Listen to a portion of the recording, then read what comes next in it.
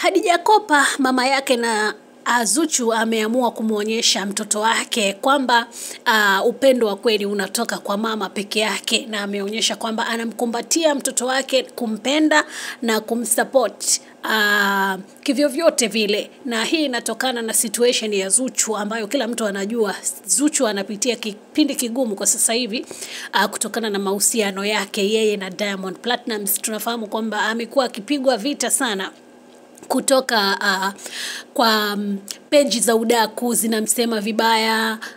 Mara sijui story ya Rita amejitokeza ambaye anasemekana ni mpenzi wa Diamond Platnumz.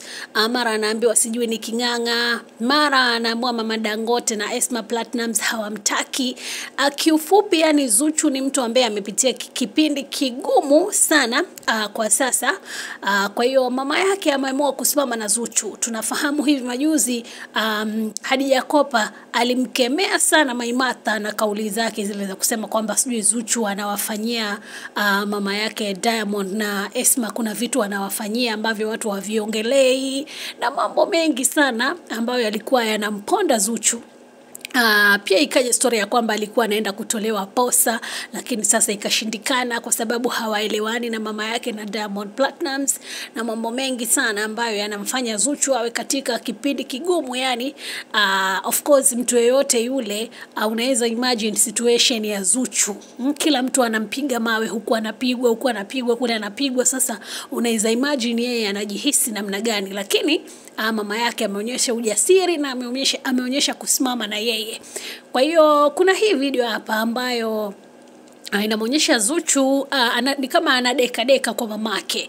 Anadeka na mama anataka kuja kula chips. Mtoto wako wa mwisho anataka kuja kula chips na wewe, alafu mama yake anamwambia njoo mwanangu ule. Kwa hiyo Khadija Kopa amemwambia mtoto wake hivi, wewe mwanangu, hakuna atakupenda duniani zaidi yangu mimi. Kwa kweli walibakia wote hawana mbele hawana nyuma, mimi ndo mpenzi wako wa maisha.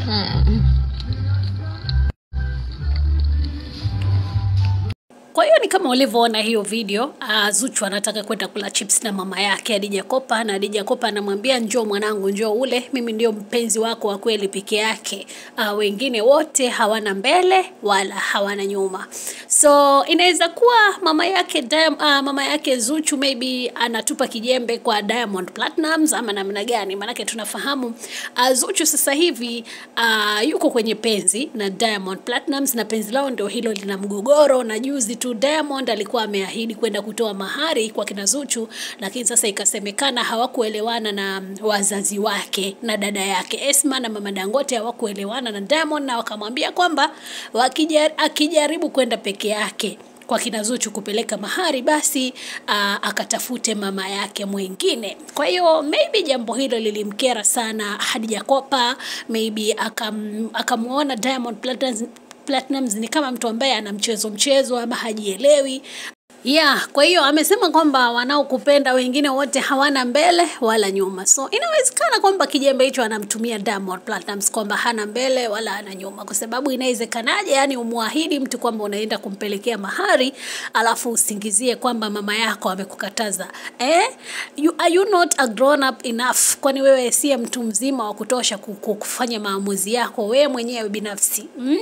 So I feel like maybe hicho kijembe alikuwa anamtumia Diamond Platnumz ama namna gani, ama maybe pia Zuchu na Diamond Platnumz maybe hawako katika hali nzuri kimahusiano yao, ndio maana labda mama yake Khadija Kopa pale ameamua kutupa kile kijembe. Kwa hiyo we never know.